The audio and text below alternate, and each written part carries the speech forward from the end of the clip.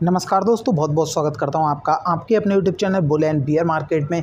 दोस्तों आज हम जीटीएल इंफ्रा की बात कर रहा हूं। जीटीएल इंफ्रा के ऊपर लास्ट टाइम मैंने आपके लिए कंप्लीट इसके बारे में जानकारी दी थी जब ये स्टॉक लगातार हाई अपना बना रहा था।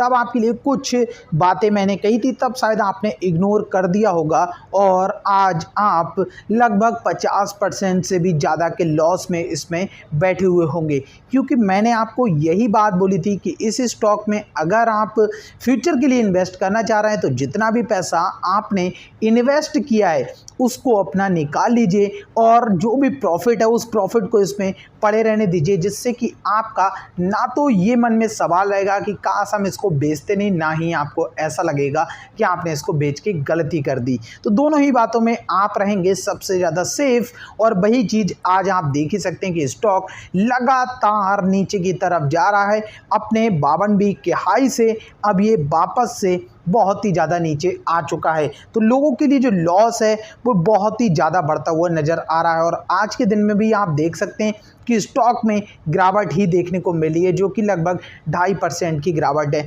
कुछ मूवमेंट ज़रूर देखने के लिए मिल रहे हैं, तो अभी हम इसके बारे में थोड़ा सा डिटेल में बात करने वाले हैं। तो यहाँ पे दोस्तों आपको पता ही होगा कि जीटीएल इंफ्रा काम क्या करती है और इनका बिजनेस क्या है, लेकिन सबसे इम्पोर्टेंट चीज़ यहाँ पे अगर हम देखें तो वो ये है कि इनके जो क्वार्टरली रिजल्ट हैं उसमें आपको कोई भी ऐसी चीज़ देखने को नहीं मिल रही है जिस बेसिस पे आप कहें कि ये कंपनी फ्यूचर में आपको बड़े रिटर्न दे सकती है।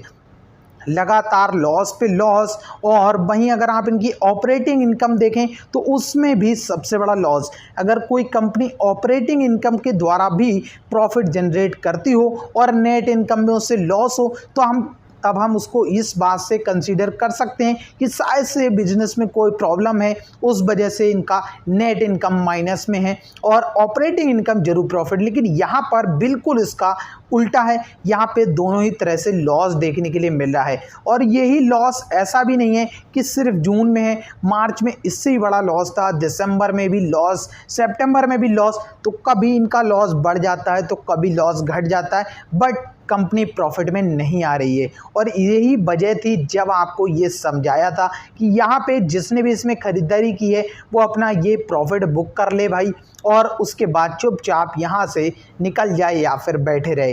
तो मैंने इसमें सेम यही स्ट्रेटजी अपनाई थी और आपको बताया भी था लास्ट वीडियो में कि मैंने इसमें सेल करके अपना प्रॉफिट बुक कर लिया और थोड़ा अमाउंट इसमें पड़े रहने दिया, बट वो मेरा प्रॉफिट में से, लेकिन प्रॉफिट भी मैंने इससे निकाला।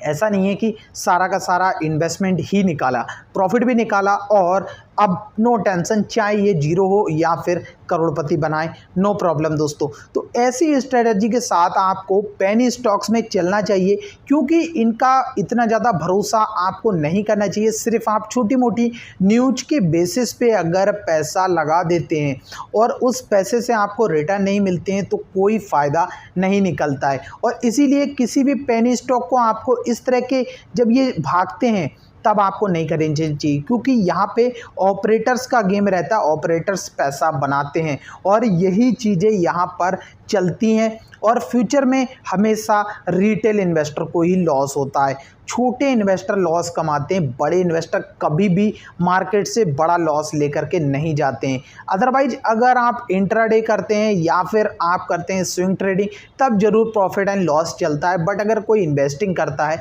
तो वहाँ पे बहुत चीज़ें सोच समझ के करनी चाहिए आपके लिए। अगर हम बात करें इसकी जीटीएल इंफ्रा की, तो आप जानते हैं वैसे इंडिया में अगर इंफ्रास्ट्रक्चर प्रोवाइड करने के लिए, टेलीकॉम के लिए सबसे बड़ी कंपनियों में से एक कंपनी है। टावर की मात्रा सबसे ज़्यादा है इनके पास और वही चीज़ है, लेकिन प्रॉफिट नहीं कमा पा रही है कंपनी बहुत ज़्यादा लंबे समय से। अगर आप इसके पिछले 5 साल का भी चार्ट देखेंगे तो आपको यही चीज़ें देखने को मिलेंगी, किस तरह से कंपनी ने अपना चार्ट आपको पेश करके दिया है। और ऑल टाइम चार्ट देखेंगे तब आपके पसीने छूट जाएंगे, जिसकी भी खरीदारी इन लेवल्स के करीब है, जो अभी यहाँ से भी अगर आस लगाए हुए चल रहे हैं 30-40 रुपए के प्राइस से, तो उन्हें पता होगा किस तरह से कंपनी ने उनके पैसे को डुबोया है। और इस तरह का चार्ट आपने कई बार देखा, जैसा कि अभी भी बना था 4-5 रुपए के लेवल पे ये चलता हुआ और वहीं से सीधा नीचे की तरफ।